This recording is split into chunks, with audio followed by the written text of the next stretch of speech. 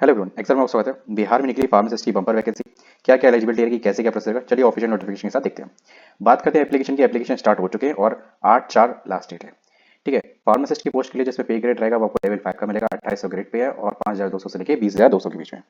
ठीक है। बात करते हैं आपकी एलिजिबिलिटी की। एलिजिबिलिटी यहाँ पे सबसे बड़ी चेंज है, तो गौर से सुन लीजिएगा। ठीक है। फर्स्ट, आपका 10+2 चाहिए, साइंस या मैथ किसी के भी साथ चल सकता है। दूसरा, साथ ही सरकार द्वारा किसी मान्यता प्राप्त से डिप्लोमा इन फार्मेसी चाहिए, जिसके तीनों पार्ट चाहिए, फर्स्ट, सेकंड और थर्ड। ध्यान से सुन लीजिएगा। फर्स्ट और सेकंड आपका फर्स्ट ईयर और सेकंड ईयर होता है, और थर्ड जो पार्ट होता है ना, वो आपको नहीं पता तो बता दूं, जो आपका जो 3 महीने की इंटर्नशिप होती है हॉस्पिटल में, वो होता है तीसरा पार्ट। ठीक है। तो ये तीन मुख्य पार्ट होते हैं डिप्लोमा इन फार्मेसी के। इन तीनों के जब सर्टिफिकेट होता है, कंप्लीट होता है, तभी आपका उत्तीर्ण जब मार्क्स होता है तो फिर जनरेट होता है। फिर उसके बाद मतलब यही तीनों पार्ट होते हैं। फिर उसके बाद आपका अभ्यर्थी का बिहार फार्मेसी काउंसिल में रजिस्ट्रेशन होना अनिवार्य है। सबसे बड़ा यहाँ पे टिप्पणी जो है ना, यही सबसे बड़ा गेम चेंजर है। वैसे ई गजट निकल चुका है इसके रिगार्डिंग। ठीक है, 4 महीने पहले, तो उसमें ये दिया गया था, तो ये क्या कर सकते हैं। प्रोटेस्ट वगैरह हुआ पर इस पर कोई भी मतलब हुआ ही नहीं इशू। ठीक है। मतलब कुछ पॉजिटिव वे में नहीं आया। जैसे कि इसमें साफ साफ लिखा होगा कि बी फार्मा और एम फार्म वालों के लिए को भी, ठीक है, डी फार्मा उत्तीर्ण होना अनिवार्य है। मतलब ऑल इन ऑल शॉर्टकट में बोल दूं तो केवल डी फार्मा कैंडिडेट ही इस पोस्ट में एलिजिबल है, वो भी बिहार के रजिस्ट्रेशन हुए हुए बिहार स्टेट के। ठीक है। अब जैसे कि यहाँ पे बहुत से लोगों का वो इशू चल रहा होगा, जैसे कि बहुत से पिछले दो तीन एक दो, अगर मैं गलत नहीं हूं तो मिनिमम 2 साल तो हो गए हैं मेरी जानकारी में, कि बिहार में रजिस्ट्रेशन नहीं हो रहा था। तो होपफुली आप शायद स्टार्ट हो गए थे, तो अब बहुत से लोग हो गए होंगे, तो उनके लिए गुड न्यूज़ है ना। और बी फार्मा वालों के लिए और एम फार्मा के लिए बैड न्यूज़ है कि वो अगर जब तक डी फार्मा नहीं कर लेते तब तक फार्मासिस्ट की पोस्ट के लिए एलिजिबल नहीं है। ठीक है। अब ये किस तरीके का मजाक है या सत्य है, क्या कह सकते हैं इसको। चलिए नेक्स्ट, आपकी जो इसमें जो टोटल पोस्ट निकली है 2473 निकली है, और 35% महिला का इसमें आरक्षण है। बात करते हैं आपकी जो एज है, वो एज 1/8/2024 के अकॉर्डिंग कैलकुलेट की जाएगी, मतलब पिछली साल की अगस्त के अकॉर्डिंग। ठीक है। मिनिमम 18 है और मैक्सिमम 37 है। ठीक है। यूआर के लिए, और यूआर की महिलाओं के लिए 40 है। ठीक है। ओबीसी की पुरुष और महिला के लिए भी केवल 40 है, और एससी एसटी की पुलिस और महिला के लिए 42 है। आपकी जो एज है वो आपकी 10th की मार्कशीट के अकॉर्डिंग कैलकुलेट की जाएगी, वही आपकी ओरिजिनल सर्टिफिकेट मांगा जाएगा, है ना। मतलब आपकी डेट ऑफ बर्थ का प्रूफ वही माना जाता है। ठीक है। बात करते हैं आरक्षण की। ठीक है। तो जो आरक्षण है वो आपका चाहे एससी एसटी का हो, ठीक है, चाहे ओबीसी का हो, ठीक है, चाहे ईडब्ल्यूएस का हो। ये आपका पहली एक चीज है। इसमें जो डोमिसाइल लगेगा वो आपका बिहार का लगेगा, इन तीनों में साफ साफ लिखा हुआ है। ठीक है। तो आपका एक तरीके से बोले तो बिहार द्वारा ही आपका मैटर होगा। यहाँ पे एक चीज आप देख सकते हैं, उक्त सभी प्रमाण पत्र अपनी स्थायी अधिवास अंचल के राज्य सरकार द्वारा अनुसूचित सक्षम प्राधिकार द्वारा निर्गत किए गए मान्य होंगे। ठीक है। अब यहाँ पे डोमिसाइल डोमिसाइल लिखा है, यहाँ पे जो क्रीमी लेयर रहित, ठीक है, के लिए बिहार सरकार द्वारा पुनर्चार लिखा हुआ, तो ये एक चीज थोड़ी सी है जो आपको देख के चलिए। ठीक है। होपफुली आपका स्टेट का ही होगा। और दूसरी बात एक चीज बोल दूं, अदर स्टेट का कैंडिडेट्स में एलिजिबल ही नहीं है। ठीक है। तीसरी बात, यहाँ पे एससी एसटी का जो सर्टिफिकेट होगा वो आपका जो स्टेट का ही होगा वही वैलिड होगा। ठीक है। और जब अदर स्टेट का कैंडिडेट नहीं है, और वैसे भी अदर स्टेट का जो भी कैंडिडेट आता है, एससी का हो, एसटी का हो, ओबीसी का हो, ईडब्ल्यूएस का हो, वो दूसरे स्टेट में एज ए यूआर मतलब अनरिजर्व में जाता है, नॉट अ जनरल, अनरिजर्व में जाता है। ठीक है। बात कर लेते हैं आपकी यहाँ पर, ये आपका पूरे मतलब जो कोटा वगैरह ये सारे हैं। ठीक है। और नेक्स्ट नेक्स्ट नेक्स्ट नेक्स्ट क्या हो गया, या कंप्लीट ब्लैंक, व्हाट हैपेंड।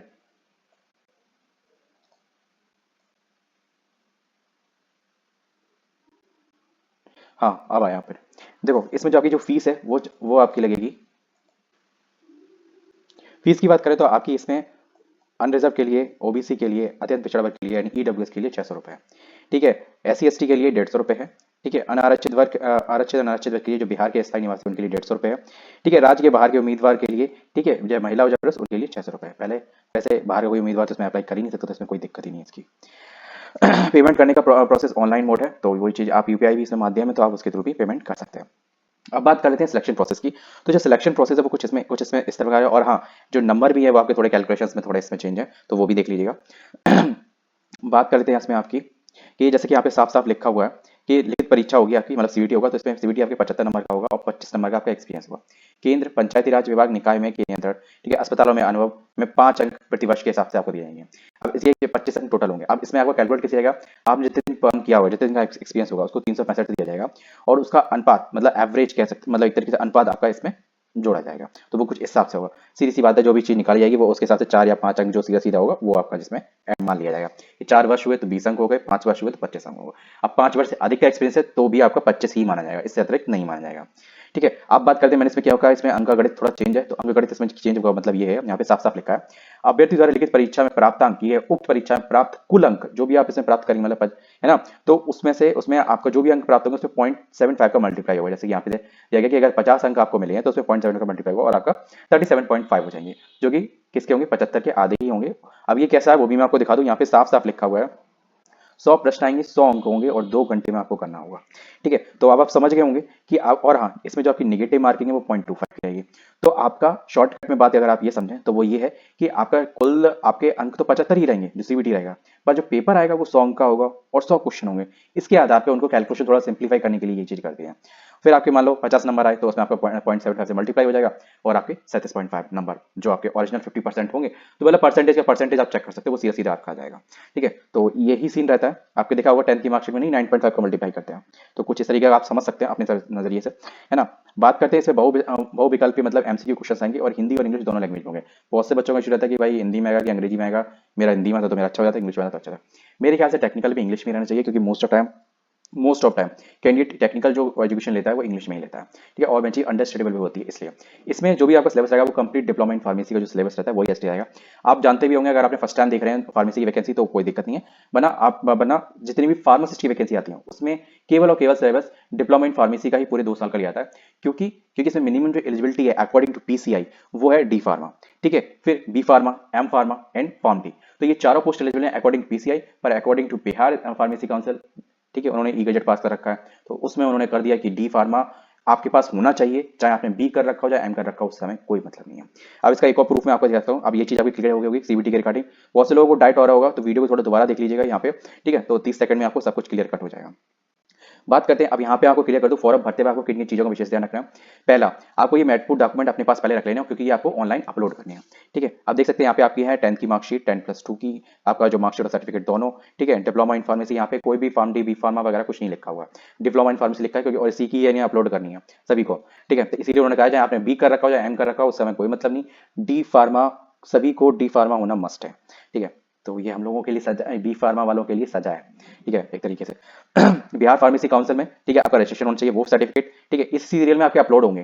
ठीक है, और डिटेल भी हो सकता है अपलोड करनी पड़े, जैसे कि आपकी रजिस्ट्रेशन नंबर है जिसका, रजिस्ट्रेशन नंबर है। ठीक है, अंक भी हो सकता है, परसेंटेज भी, ये सब आपको अपलोड करने पड़ेंगे।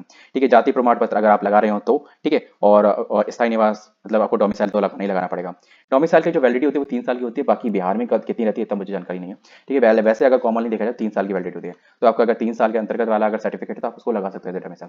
बिहार के स्वतंत्रता सेनानी वगैरह हो तो वो आप लगा दें, दिव्यांग प्रमाण पत्र तो वो आप लोग को लगा दें, कार्य का अनुभव प्रमाण पत्र जैसे कि इसमें मांगा गया तो आप वो लगा दें। ठीक है, तो वो चीज ये सारे कॉलम बाय कॉलम में अपलोड कर देंगे। अगर आप नहीं अपलोड करेंगे और ये 8/4/2024 जो कि लास्ट डेट है फॉर्म की, आपको अपलोड करना पड़ेगा। यहाँ जो आपका एक्सपीरियंस सर्टिफिकेट है वो इसमें लास्ट में यहाँ पे आपको अटैच दिया गया है ना। अभी पता नहीं क्यों थोड़ा शो नहीं हो रहा है, टेक्निकल इशू कारण, तो कुछ इस तरीके से है। तो और बस आपकी जो, हाँ, इसमें फोटो के रिगार्डिंग एक अपडेट और है ना, वो आप इसलिए ध्यान रख लें क्योंकि आपकी फोटो ज्यादा पुरानी नहीं होनी चाहिए, है ना, लेटेस्ट होनी चाहिए, यहाँ पे देख सकते हैं। दूसरा मैं एक चीज बता रहा, स्पेक्स वालों के लिए। ठीक है, पहला आपका चेहरा 80% मतलब मैक्सिमम समझो शोल्डर से ऊपर की फोटो होनी चाहिए, शोल्डर शोल्डर आए थोड़े बहुत। ठीक है, और व्हाइट बैकग्राउंड में होनी चाहिए, ये चीज ध्यान रखना। ठीक है, तो इस चीज का, और क्या करना था, बैकग्राउंड में सफेद पटल होना चाहिए, व्हाइट बैकग्राउंड होनी चाहिए, और जो चश्मा लगाते हैं उनको चश्मा हटाकर फोटो खिंचवानी है। तो स्पेशली स्पेक्स वाले सुन लें, मेरा एक फ्रेंड है उसका एक फॉर्म रिजेक्ट हो चुका है बिहार का, टेक्निकल का तो नहीं था पर बीपीएससी का था। ठीक है, वो जब फॉर्म रिजेक्ट होकर जब दोबारा फॉर्म फोटो अपलोड करने का ऑप्शन आया ना, तो वो इत्तेफाक से जब पहले आता फिर बाद में नहीं आता, कभी कभी आता है कभी कभी नहीं आता, it's depend upon organisation mood ना। तो आ गया था तो उसका तो भर गया, लेकिन आप लोगों को ऐसा मौका मतलब क्यों झंझट वाला काम ही करो। ठीक है, बड़े निर्देश अनुरूप फोटो नहीं रहने पर अभ्यर्थी रद्द कर दिया जा सकता है। ठीक है, तो रद्द कर दिया जा सकती है, ठीक है, या कर दिया जा सकता है, तो दोनों ही सिचुएशन हो सकती है ना। अगर उन्होंने मतलब अपडेट करने के लिए ऑप्शन नहीं दिया आपको, ठीक है, तो ऑब्वियसली आपका फॉर्म रिजेक्ट हो जाएगा, तो ऐसा काम ही क्या करना आपने को। ठीक है, बाकी जैसे कि मैंने आपको बताया था ये अनुभव प्रमाण पत्र इसमें यहाँ पे आपको दिया गया है, तो यही आपको अनुभव प्रमाण पत्र लगा देना। मिलते हैं नेक्स्ट वीडियो में किसी और के साथ, और हाँ, किसी और के साथ क्यों, इसके सिलेबस के साथ, और बिहार में कुछ और पैरामेडिकल की वैकेंसी निकली है तो उसके बारे में डिटेल में डिस्कस करूंगा। ठीक है, जय हिंद। और डॉक्टरों की भी वैकेंसी निकली है।